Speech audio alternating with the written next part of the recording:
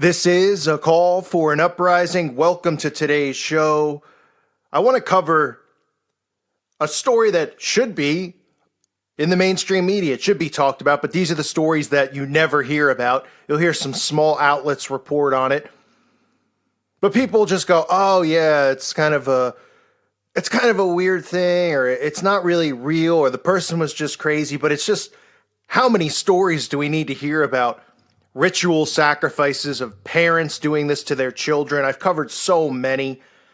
I've talked about ones in the past, cases that have happened. I've talked about how these people were convicted of these satanic ritual sacrifices and then, of course, freed. West Memphis 3, the Oak Hill case.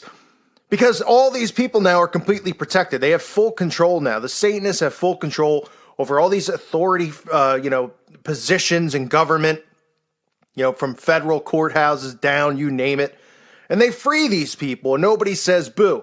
And one thing you'll never hear is any mainstream media outlet reporting it. Now, this is really, this is disheartening. This is the kind of stuff that really makes you want to cry and really pisses you off at the same time. But a woman was arrested over a satanic ritual death of her baby son. She named her baby son Beelzebub, right? Which is another name for Satan. And the police found the 8-month-old's body mutilated. They found a pentagram. They found all sorts of charms and things used in black magic rituals. It says police, a Mexican woman has been arrested on suspicion of killing her 8-month-old baby in a satanic ritual. Police found a pentagram and a silhouette of a baby painted in black on the floor of the home in Greater Mexico City. Just unbelievable, just appalling is really what there aren't words to describe it, really. I mean, it's just unbelievable. Cops also found ritual materials, including candles, a human skull, devil figurines, and oils in the same room. The baby's mutilated corpse was found elsewhere in the house, and it was initially unclear whether the skull was real. It is reported that the 26-year-old mom, identified as Letitia N., did name the baby Beelzebub.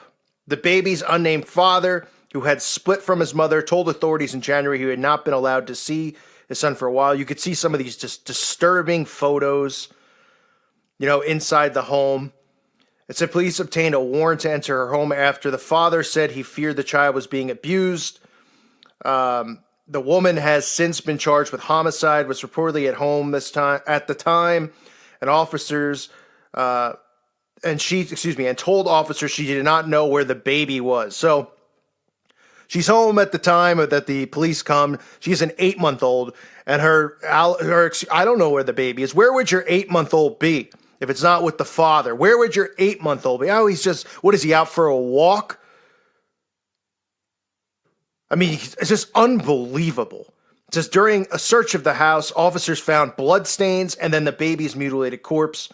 A video shared on social media shows how the suspected scene of the alleged fated ritual. In the background, the mother can be heard crying and screaming, "My boy." Her boyfriend, believed to have helped her during the ritual, was not found in the house and is being hunted by authorities. So I guess the person she was dating, not the father of the child, was also involved in the ritual. I mean, this is how sick of a world we live in, where stuff like this doesn't even make the mainstream, right? You don't hear about it. Children being murdered, it touches to the core of everybody who has a soul. The innocent child who was just murdered, 8 months old. I mean, it's unfathomable to think about. Yet these are things they don't talk about. What are they talking about in the news? Oh, women, time's up.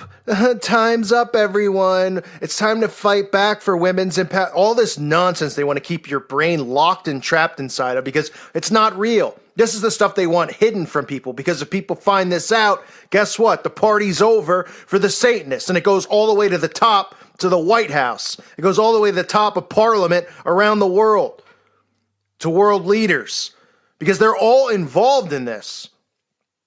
This is the thing they don't want people to know about, that the occult is real, that all these people are practitioners in black magic, that they sacrifice children, they sacrifice animals. I mean, other stories come out, just showing that there's real Satanists out there you don't hear about. Some other story about another guy who was cutting his girlfriend's wrists Just really sick, disgusting stuff. Accused of cutting a woman during what he called a satanic ritual. Channel 11's Melanie Marcelco went out to the neighborhood where this happened. And she talked to neighbors and police who are working this case. And Melanie joins us live with that new information and new details on the suspect's past. Melanie? Well, David, Lisa, this is a pretty bizarre incident. That victim actually went to the police station, they say, to file an emergency PFA against her boyfriend. But when she told police all that happened, they ended up filing assault charges against that suspect. I'm not surprised at all about what's happened because he has a record for stuff like this. Neighbors tell Channel 11 they aren't shocked to hear 21-year-old Kyle Parker is back in jail, accused of slicing his girlfriend with a razor blade, allegedly as a worship to the devil.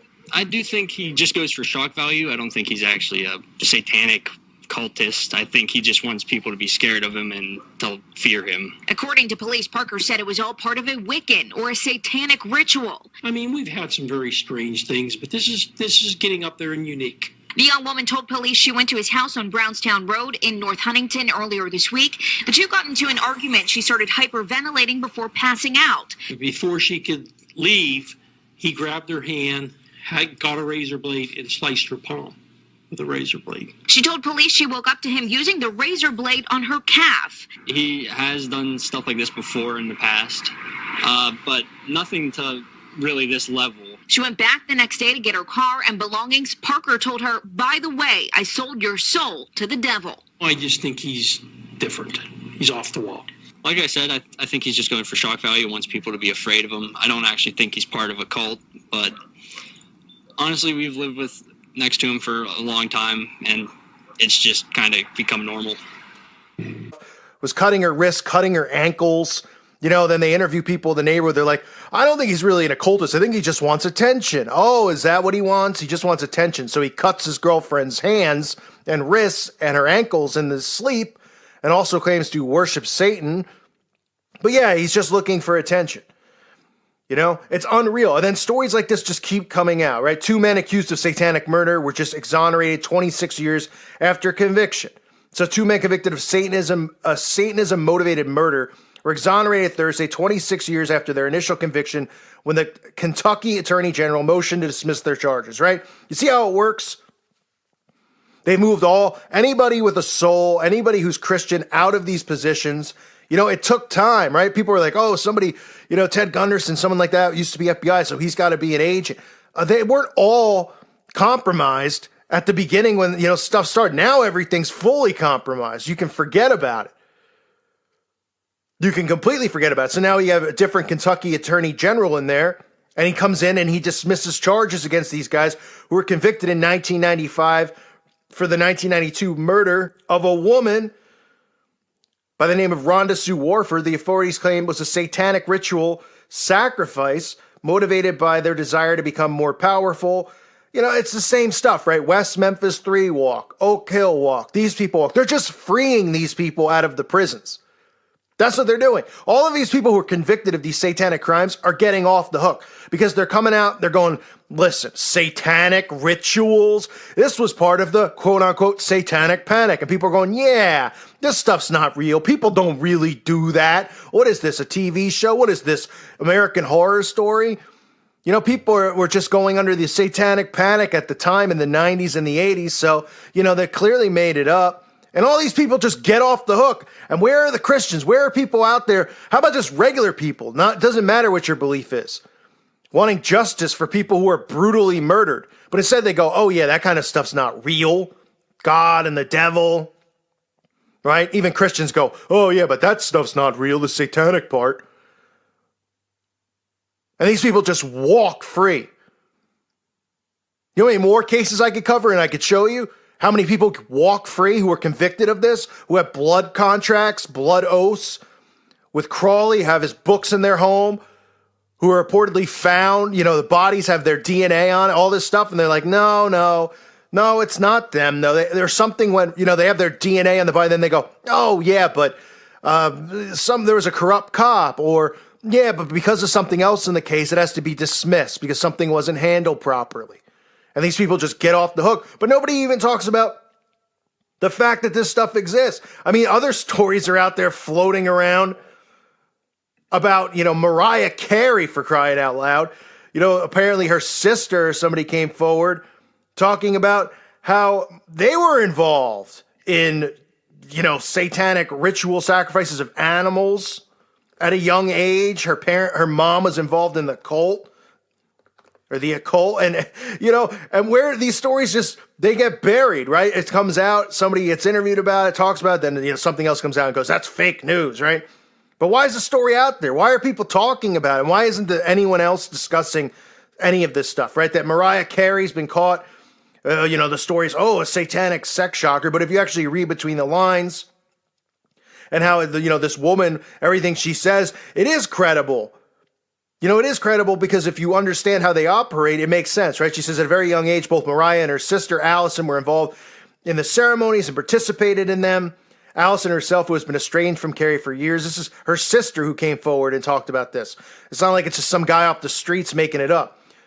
She alleges to the tabloids that the satanic rituals were led by her mother. She remembers people wearing hooded cloaks, standing in a circle and chanting. There was also sexual activity and animal sacrifice, which the participants believed would please the deity they were there to worship. And her sister says, I was trained to run the group. At first, as a small child, I would not understand what was happening, being forced to watch as a struggling animal was violently killed in front of me.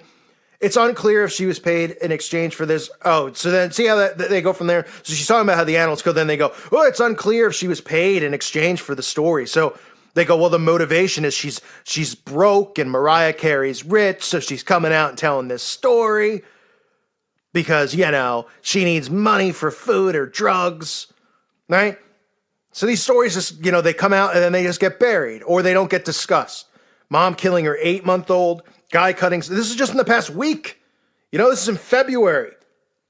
This isn't, and I think the guy with the cutting of the wrist was late January. So 2 weeks ago. Like, these aren't stories that are like from 6 months. You can find this stuff every week. Every week. Go back into my archive. Look at some stories I've covered. December, November. Videos I've done about parents sacrificing their child, finding pentagrams, right? These Satanists use the pentagram in their logo or the pentagram, and we're atheists, so we're not involved with that stuff. So what are you using it for? And why is the pentagram used almost in every single logo? The star, right? And the upside down pentagram. I mean, it's unbelievable how obvious this stuff is. And it's amazing to me how many morons come over here and they're like, this crazy stuff with Satanists and killing babies. Because they either, one, are as stupid as they come, or two, they just really can't allow themselves to believe this is going on because they don't have the backbone to deal with it. Because it is disturbing, it is heartbreaking, but it needs to stop. And we know it's going to stop on Judgment Day. We know God gets the last laugh. And things, this is going according to prophecy. But at the same time, there's children out there that are being abused. And if more people knew about it and more people stood up against it, then less children would be abused and sacrificed. Because they'd have to find another way to do this. They'd have to find another way to hide it, right? But they're doing a pretty good job at it because these stories don't come out. The mainstream won't talk about it. And then when people like me do, we get our channels deleted. We get blocked from talking about it. Or they just write these articles that are discrediting us, saying, these crazy conspiracy theorists. It's like, how many stories you need here? The McMartin thing is fake because, crazy stories of rituals. As if all these kids just made these stories up. They all got together at the age of 3 years old, 2 years old, could barely talk, and we're like, hey, let's win a lawsuit here. Let's get together. Let's make it up. I mean, this is what they claim with McMartin. The kids and the parents got together to do this. A 3-year-old can't even comprehend what money is. Can't comprehend people in cloaks killing animals. These stories that came out of it. I mean, these people do everything they can, obviously, to hide this and cover it up. And it's amazing to me that people out there are going, wow, okay, here's one story, here's 2, here's 10, here's 20, here's 500, here's 5,000 stories. Maybe, just maybe, there might be some, credibility behind these stories. There might be something behind it that we should look into. And we should watch out for these people.